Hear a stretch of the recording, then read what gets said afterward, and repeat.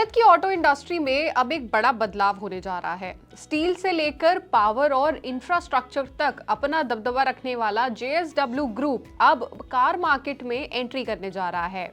JSW Motors अब अपना पहला पैसेंजर व्हीकल लॉन्च करने की तैयारी में है और खास बात यह है कि ये कदम वो एमजी मोटर इंडिया से अलग उठा रहा है।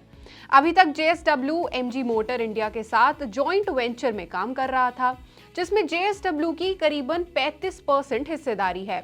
इस साझेदारी के तहत एमजी ने भारत में कई गाड़ियां लॉन्च की, जैसे कि कॉमेट ईवी, ZS ईवी और हाल ही में हेक्टर प्लस हाइब्रिड। लेकिन अब जेएसडब्ल्यू मोटर्स अपना अलग ऑटो ब्रांड खड़ा करने जा रहा है। ये नई कंपनी एमजी मोटर इंडिया से अलग काम करेगी और अपनी स्वतंत्र पहचान बनाएगी। जेएसडब्ल्यू मोटर्स की पहली गाड़ी एक मिड साइज एसयूवी होगी। ये एसयूवी चीन की कंपनी चेरी ऑटोमोबाइल के J2T2 प्लेटफॉर्म पर बेस्ड होगी। इसमें प्लग इन हाइब्रिड यानी कि PHEV पावर ट्रेन होगा, यानी ये गाड़ी पेट्रोल इंजन और इलेक्ट्रिक मोटर दोनों के साथ चलेगी। इसका लॉन्च साल 2026 के सेकेंड हाफ में प्लान किया गया है। इस एसयूवी को महाराष्ट्र में असेंबल किया जाएगा। जेएसडब्ल्यू अपने नए प्लांट में, जो कि छत्रपति संभाजी नगर में बन रहा है, वहां इसका प्रोडक्शन करेगा। ये प्लांट जेएसडब्ल्यू की ऑटोमोबाइल रणनीति का केंद्र होगा। शुरुआती साल में इस प्लांट की उत्पादन क्षमता होगी करीबन 5 लाख यूनिट पर ईयर, जिसे आगे बढ़ाया भी जा सकता है। इसके अलावा उड़ीसा में भी एक अलग साइट फ्यूचर के विस्तार के लिए चुनी गई है। जेएसडब्ल्यू ग्रुप ने अगले 5 सालों में $3 बिलियन से ज्यादा का निवेश इलेक्ट्रिक और हाइब्रिड वाहनों में करने का टारगेट रखा है। ये दिखाता है कि कंपनी इस सेक्टर को लेकर कितनी सीरियस है। जेएसडब्ल्यू मोटर्स सीधे किसी विदेशी कंपनी में हिस्सेदारी लेने के बजाय टेक्नोलॉजी लाइसेंसिंग मॉडल अपनाएगा।